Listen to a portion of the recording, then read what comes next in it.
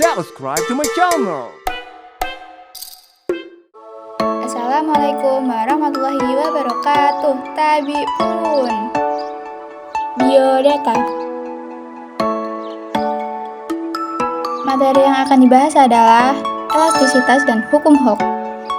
Apa itu elastisitas atau sifat elastis? Sifat suatu benda yang jika diberi gaya luar akan mengalami perubahan bentuk, dan bila gaya luar yang bekerja dihilangkan, maka benda kembali ke bentuk semula. Apa yang dimaksud dengan benda elastis dan yang tidak elastis? Benda yang dapat kembali ke bentuk semula setelah gaya yang mengenainya dihilangkan disebut benda elastis. Benda yang tidak dapat kembali ke bentuk semula setelah gaya yang mengenainya dihilangkan disebut benda plastis atau benda tidak elastis. Tegangan atau stres ini didefinisikan sebagai perbandingan antara gaya yang bekerja pada benda dengan luas penampang benda. Rumusnya sigma sama dengan F per A.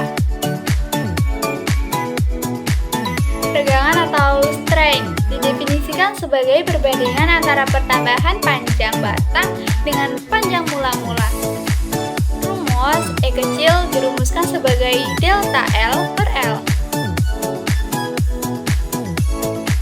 Modulus Young, perbandingan antara tegangan dan tegangan.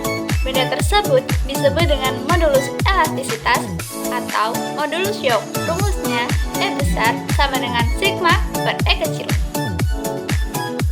Apa bunyi dari hukum Hooke? Bunyi dari hukum Hooke adalah jika gaya tarik yang diberikan pada sebuah pegas tidak melampaui batas elastis bahan, maka pertambahan panjang pegas berbanding lurus atau sebanding dengan gaya tariknya. Dengan rumus F sama dengan K delta X atau K sama dengan A E per L. Susunan pegas A, pegas disusun seri. Pegas 1 memiliki konstanta K1, pegas kedua memiliki konstanta K2, dan pegas ketiga memiliki konstanta K3. Jika ketiganya disusun seri, maka secara keseluruhan memiliki konstanta gabungan yang disebut saja konstanta seri dengan simbol Ks. Ketika pegas yang di seri salah satu ujungnya ditarik seperti gambar, maka masing-masing pegas akan bertambah panjang besar. Pertambahan panjang akhir dari susunan pegas tersebut adalah jumlah pertambahan panjang ketiga pegas tersebut.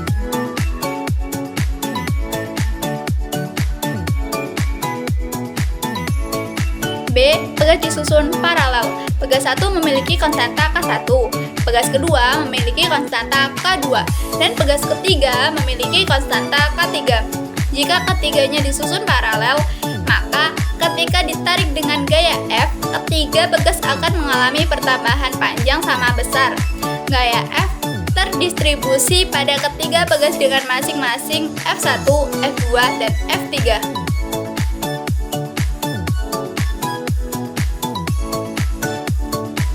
Persamaan tersebut menunjukkan hubungan nilai konstanta susunan pegas paralel Kp dengan konstanta masing-masing pegas K1, K2, dan K3.